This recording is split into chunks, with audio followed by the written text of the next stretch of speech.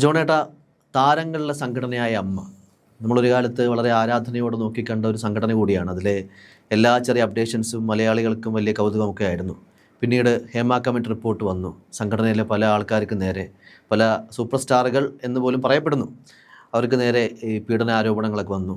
Mohanlal president സ്ഥാനത്ത് നിന്ന് മാറി ഏതാണ്ട് ഇപ്പോൾ 2 മാസം അടുപ്പിച്ചാകുന്നു. ഇപ്പോൾ പുതിയ നേതൃപദവിയിലേക്ക് ഉള്ള തിരഞ്ഞെടുപ്പിൻ്റെ സമയമാണ്. എന്നിട്ട് വിവാദങ്ങൾ അമ്മ വിട്ടൊഴിയുന്നില്ല. ഇപ്പോൾ ജഗദീഷ് പ്രസിഡന്റ് സ്ഥാനത്തേക്ക് വരുമെന്ന് പറയുന്നു. പത്രിക ജഗദീഷ് പിൻവലിക്കാൻ തയ്യാറാകുന്നു എന്നൊരു വാർത്ത കൂടി കേൾക്കുന്നുണ്ട്. പ്രത്യേകിച്ചും വനിതകൾ നേതൃനിരയിലേക്ക് വരുന്നു. പ്രസിഡന്റ് സ്ഥാനത്തേക്കടക്കം ശ്വേതാ മേനോനടക്കം പങ്കെടുക്കുന്നു എന്നറിയുന്നു. വനിതകളുടെ ഒരു പ്രബലമായ ശക്തിയായി അമ്മ മാറുമെന്നൊക്കെയാണ് ചില കിംവദന്തികൾ. എന്താണ് ശരിക്കും ഇപ്പോൾ അമ്മ സംഘടനയിൽ നടക്കുന്ന സത്യാവസ്ഥ? എന്താണ് കാര്യങ്ങൾ? എന്താണ്? അമ്മയുടെ തിരഞ്ഞെടുപ്പാണ് ഓഗസ്റ്റ് 15-ാം തീയതി. നമുക്കറിയാം 2024-27 കാലഘട്ടത്തിലേക്കാണ് മോഹൻലാൽ പ്രസിഡന്റ്, സിദ്ദിഖ് ജനറൽ സെക്രട്ടറിയുമായിട്ടുള്ള ഭരണസമിതി നിലവിൽ വന്നത്. അത്രയും കാലാവധി ഉണ്ടായിരുന്നു. 2027 വരെ ഉണ്ടായിരുന്നു. അതിനിടയ്ക്കാണ് ഹേമ കമ്മിറ്റി റിപ്പോർട്ട് സർക്കാർ പുറത്തുവിട്ടത്. ഈ ഹേമ കമ്മിറ്റി റിപ്പോർട്ട് പുറത്തുവിട്ടതോടുകൂടി സിദ്ദിഖിന് രാജിവെക്കേണ്ടി വന്നു. സിദ്ദിഖിന് രാജിവെക്കേണ്ടി വന്നത് മറ്റൊരു നടിയുടെ വെളിപ്പെടുത്തൽ വന്നതിന് ശേഷം അവസരം കൊടുക്കാം എന്ന് പറഞ്ഞിട്ട് പീഡനാരോപണത്തെ തുടർന്നു. അദ്ദേഹത്തിന് എനിക്ക് തോന്നുന്നു കഷ്ടിച്ച് 1 മാസം കണ്ട് ജനറൽ സെക്രട്ടറി ആയിട്ട് ഇരിക്കാൻ കഴിഞ്ഞുള്ളൂ.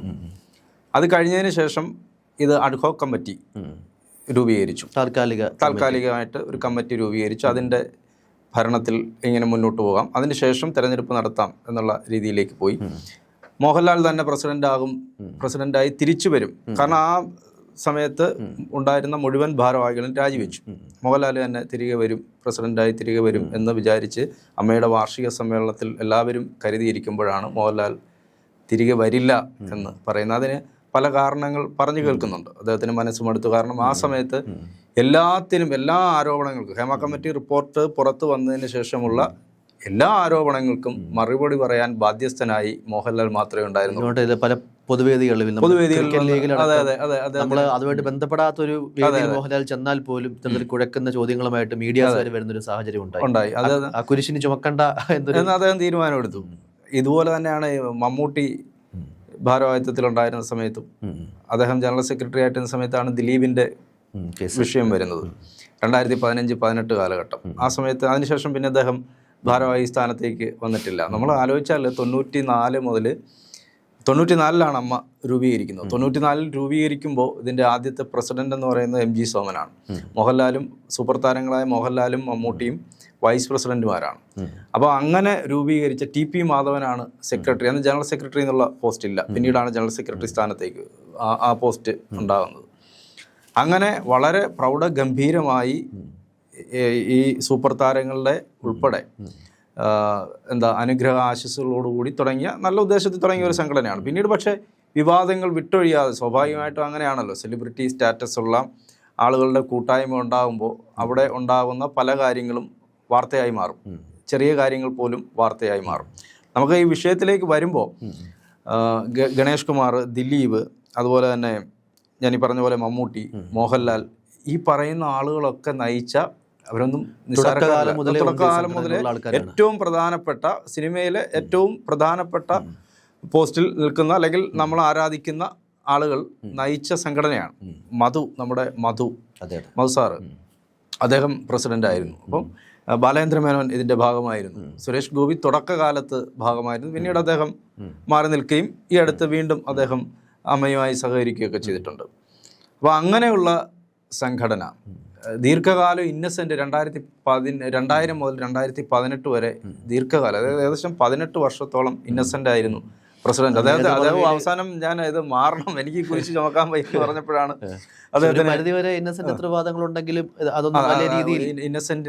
ഇന്നസെന്റിന്റെ പ്രത്യേകത. ഇന്നസെന്റ് ആയാലും ഗണേഷ് കുമാർ, അവരൊക്കെ അവരുടെ ഉള്ളിൽ ഈ രാഷ്ട്രീയക്കാരുണ്ട്.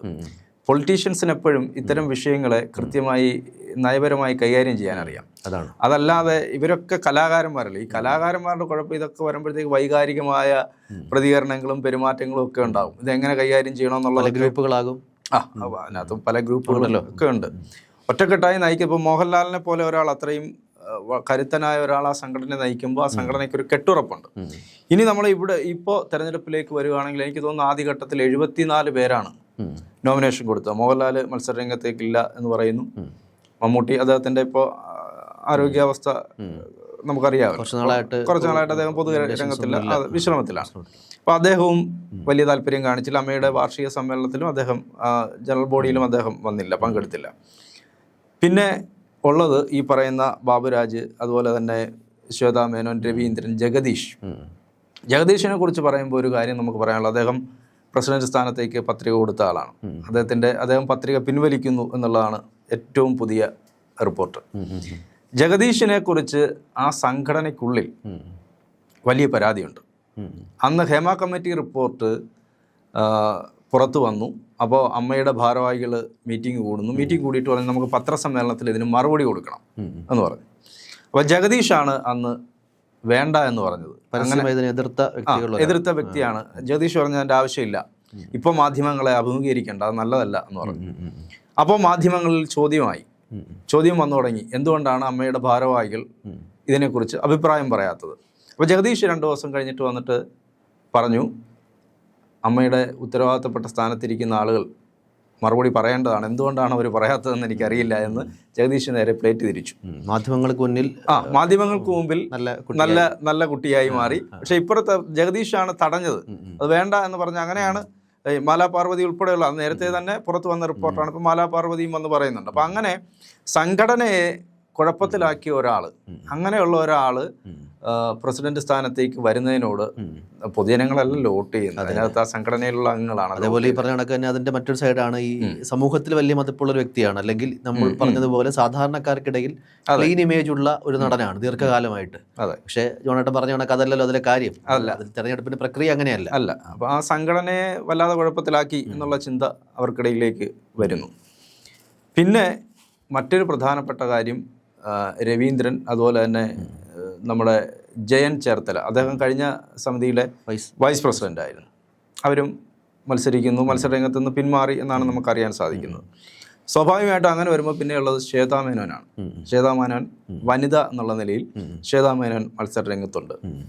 ജനറൽ സെക്രട്ടറി സ്ഥാനത്തേക്ക് ബാബുരാജാണ്. ബാബുരാജിനെതിരെയും അലിഗേഷൻസ് ഉണ്ട്. ബാബുരാജ് മത്സരിക്കരുത് എന്ന് ആവശ്യപ്പെട്ടുകൊണ്ട് വിജയ് ബാബുവിനെ പോലുള്ള ഒരു പരസ്യമായി ഫേസ്ബുക്ക് പോസ്റ്റുകൾ, അദ്ദേഹം പറഞ്ഞത് എനിക്കെതിരെ ആരോപണം വന്നപ്പോൾ ഞാൻ മാറിയുന്നു. അങ്ങനെയാണ്. ഇപ്പോൾ ദിലീപിനെതിരെ ആരോപണം വന്നപ്പോൾ ദിലീപ് സംഘടനയിൽ നിന്ന് മാറിയുന്നു. ആരോപണ വിധേയരായപ്പോൾ സിദ്ദിഖ് മാറിയുന്നു, രാജിവെച്ച് മാറിയുന്നു.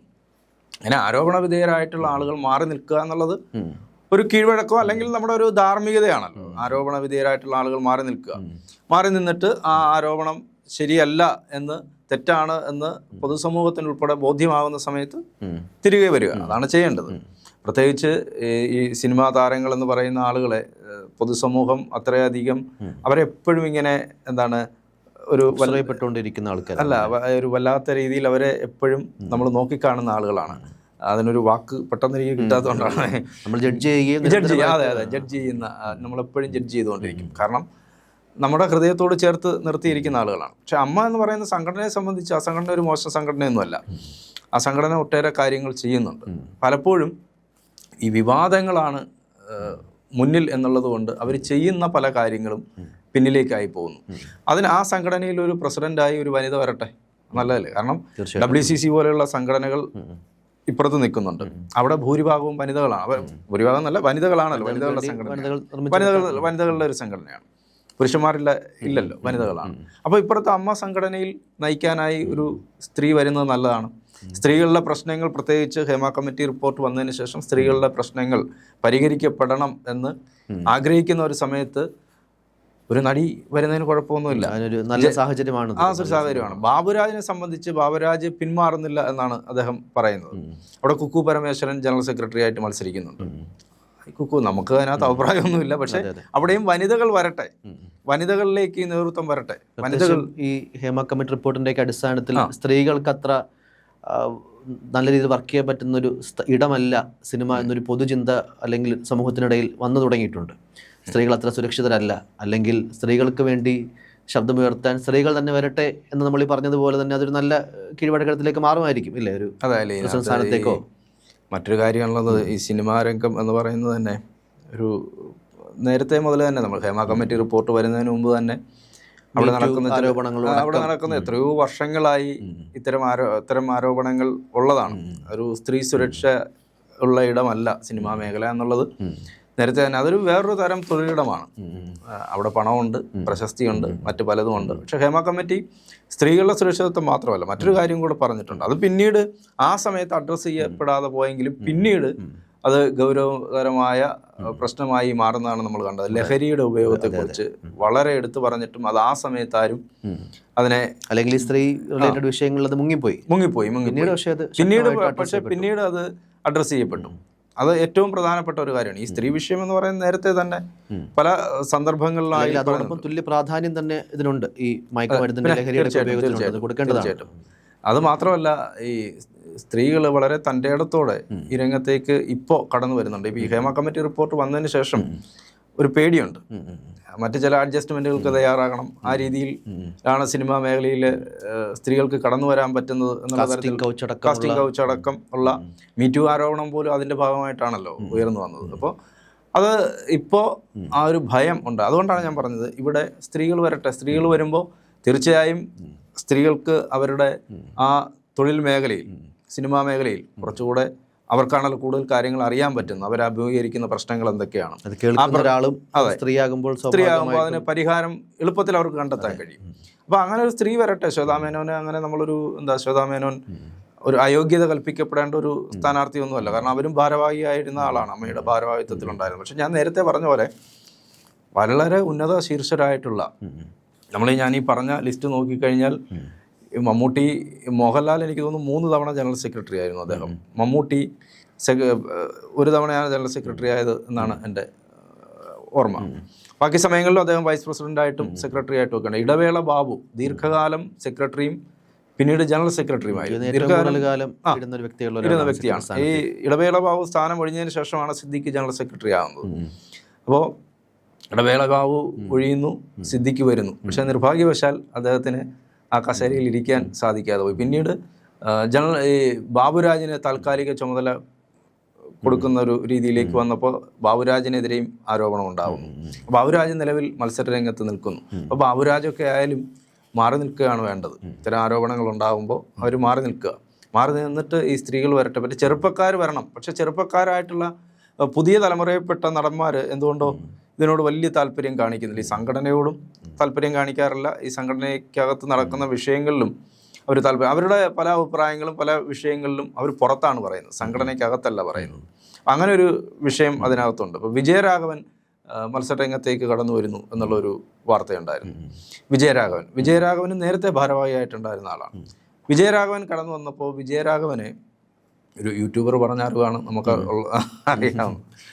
വിജയരാഘവൻ വേറെ നേരത്തെ ഉണ്ടായിരുന്ന സംവിധായകൻ, അദ്ദേഹം പറയുന്നത് വിജയരാഘവനെ ബ്ലാക്ക്മെയിൽ ചെയ്തു, അദ്ദേഹത്തിനെ മത്സരരംഗത്ത് നിന്ന് മാറ്റി. അങ്ങനെ നെറികെട്ട കളികൾ ഇതിനകത്ത് നടക്കുന്നുണ്ട്. അതായത് സംഘടന പിടിച്ചെടുക്കാനുള്ള നെറികെട്ട കളികൾ നടക്കുന്നുണ്ട്. അതിനകത്ത് മനസ്സിലാക്കേണ്ട ഒരു കാര്യം, മോഹൻലാൽ അദ്ദേഹം കൃത്യമായ ഒരു നിലപാടെടുത്തു. എനിക്കിനി ഇതിനോട് താല്പര്യമില്ല, ഞാൻ മാറി നിൽക്കുകയാണ്, എനിക്ക് താല്പര്യമില്ല.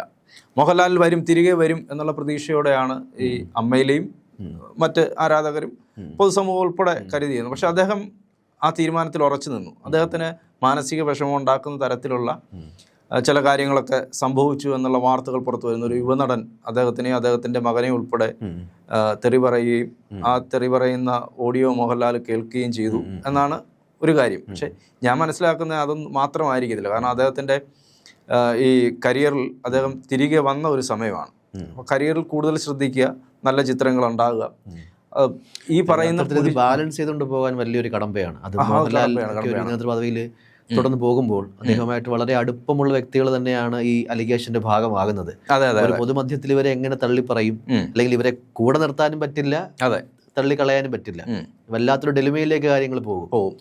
അപ്പോൾ ഈ സംഘടനയുടെ നേതൃസ്ഥാനത്തിരിക്കുമ്പോൾ നേതാവ് എന്നുള്ള നിലയിൽ ഇതിനെല്ലാം മറുപടി പറയേണ്ട നമ്മൾ ആദ്യമേ സൂചിപ്പിച്ചതുപോലെ ഇതിനെല്ലാം ഈ ഹേമ കമ്മിറ്റി റിപ്പോർട്ട് വന്ന സമയത്ത് പ്രൊഡ്യൂസേഴ്സ് അസോസിയേഷൻ, നിർമ്മാതാക്കളുടെ സംഘടനയുടെ ഭാഗത്ത് നിന്ന് അവരോട് ആരും ചോദിച്ചില്ല നിങ്ങൾക്ക് എന്തെങ്കിലും അഭിപ്രായം പറയാനുണ്ടോ, അല്ലെങ്കിൽ അവരാരും പൊതുരംഗത്ത് വന്ന് അതിനെക്കുറിച്ച് കൃത്യമായി പറഞ്ഞില്ല.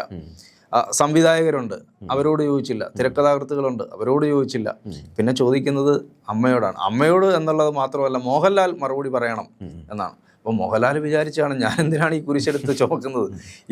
ഓരോരുത്തരും ചെയ്യുന്ന ഇത്തരം കാര്യങ്ങൾക്ക് ഞാൻ മറുപടി പറയും, പൊതുസമൂഹം എന്നെ ഇഴകീറി പരിശോധിക്കുകയും ചെയ്യുന്നതിൽ ഞാൻ നിന്നു കൊടുക്കേണ്ട കാര്യമില്ല എന്ന് ഒരുപക്ഷെ അദ്ദേഹത്തിന് തോന്നിക്കാണും. പിന്നെ ഈ ആരോപണ വിധേയരൊക്കെ ഇപ്പോഴും ഒഴിഞ്ഞു മാറാതെ ഭാരവാഹിയാകാൻ തയ്യാറെടുത്ത് നിൽക്കുകയാണ്. അപ്പോൾ അത് കൂടുതൽ വിഷയങ്ങളിലേക്ക് ഒരുപക്ഷെ പോകും. പിന്നെ ഈ നേരത്തെ ഞാൻ ഈ പറഞ്ഞതുപോലെ അതിനകത്ത് തുടക്കത്തിലുണ്ടായിരുന്ന ഇപ്പോൾ ജഗദീഷിനെ പോലെ ഒരു പൊതുസമൂഹത്തിന് സ്വീകാര്യനായ ഒരാൾ പറയുകയാണ് ഇപ്പോൾ മാധ്യമങ്ങളെ കാണണ്ട എന്ന് അദ്ദേഹം പറയുകയും പിന്നീട് അദ്ദേഹം തന്നെ മാധ്യമങ്ങളുടെ മുമ്പിൽ വന്നിട്ട് ഇവർ കാണേണ്ടതായിരുന്നു, ഇതിന് കൃത്യമായ മറുപടി പറയേണ്ടതായിരുന്നു എന്ന ഒരു ഇരട്ടത്താപ്പ് സ്വീകരിക്കുകയും ചെയ്തപ്പോൾ അതൊക്കെ പുറത്ത് പറഞ്ഞില്ലെങ്കിൽ പോലും അദ്ദേഹത്തിന് മാനസികമായ ഒരു വിഷമം ഉണ്ടാവും.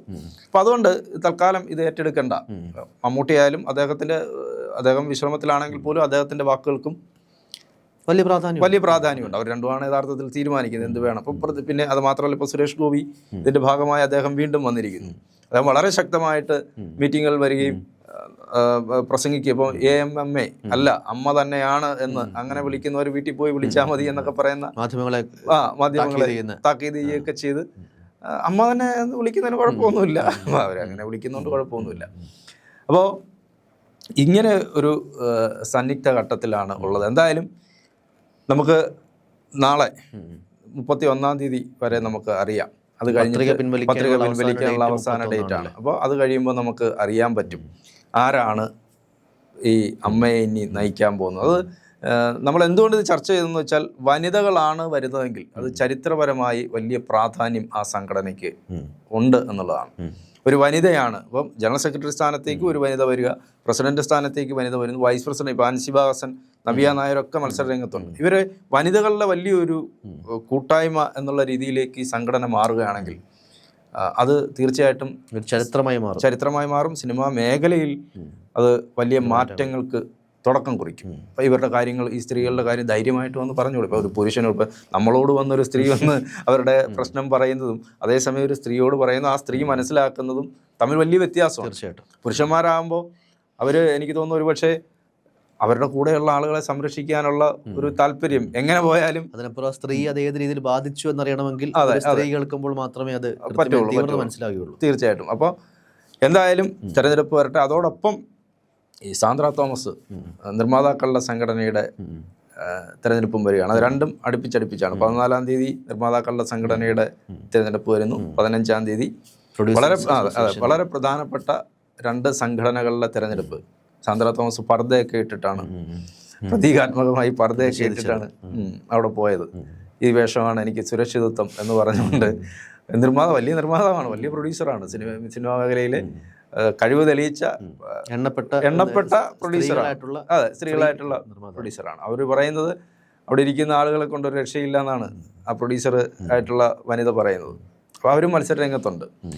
അവിടെയും എന്താകും എന്നുള്ള, അവിടെ എനിക്ക് തോന്നുന്നില്ല സാന്ദ്ര തോമസ് വിജയിക്കും എന്നെനിക്ക് തോന്നുന്നില്ല. പക്ഷേ ഇവിടെ മാറ്റത്തിൻ്റെ കാറ്റ് വീശുന്നുണ്ട്, അത് നമുക്ക് മനസ്സിലാക്കാൻ പറ്റും. അതുകൊണ്ട് ജഗദീഷിനെ പോലെ ഒരാൾ ഞാൻ പത്രിക പിൻവലിക്കാം എന്ന് പറയുന്നുണ്ടെങ്കിൽ അതെന്തെങ്കിലും ഒരു സൂചന കിട്ടാതെ ഒരിക്കലും അദ്ദേഹം ചെയ്യില്ല. അദ്ദേഹം പ്രസിഡന്റ് ആകാൻ തന്നെ ഒരുങ്ങി വന്ന ആളാണ്. അപ്പോൾ അദ്ദേഹത്തിന് ഞാൻ പിന്മാറാൻ തയ്യാറാണ് എന്ന് പറയണമെങ്കിൽ അവിടെ എന്തോ ചില കാര്യങ്ങൾ, ഒരു തീരുമാനം ആൾറെഡി ഉണ്ടായിരിക്കാം, അവിടെ ചില കാര്യങ്ങൾ നടക്കുന്നത്. ഞാൻ നേരത്തെ പറഞ്ഞതാണ്, സംഘടനയെ ഒറ്റിക്കൊടുത്ത ഒരാളെന്നൊക്കെ ഉള്ള ഒരു ചിന്ത അദ്ദേഹത്തിനെതിരെ ഉണ്ട്. അപ്പോൾ ഒരുപക്ഷെ അദ്ദേഹം തോറ്റുപോയാൽ അദ്ദേഹത്തിന്റെ ഇമേജിനെയൊക്കെ അത് ബാധിക്കും. അത് കൃത്യമായി അറിയാവുന്ന ആളാണ് ജഗദീഷ്. എന്തായാലും മാറ്റങ്ങൾ നല്ലതിനാകട്ടെ തീർച്ചയായിട്ടും നമ്മൾ ആഗ്രഹിക്കുന്നു. ശരി.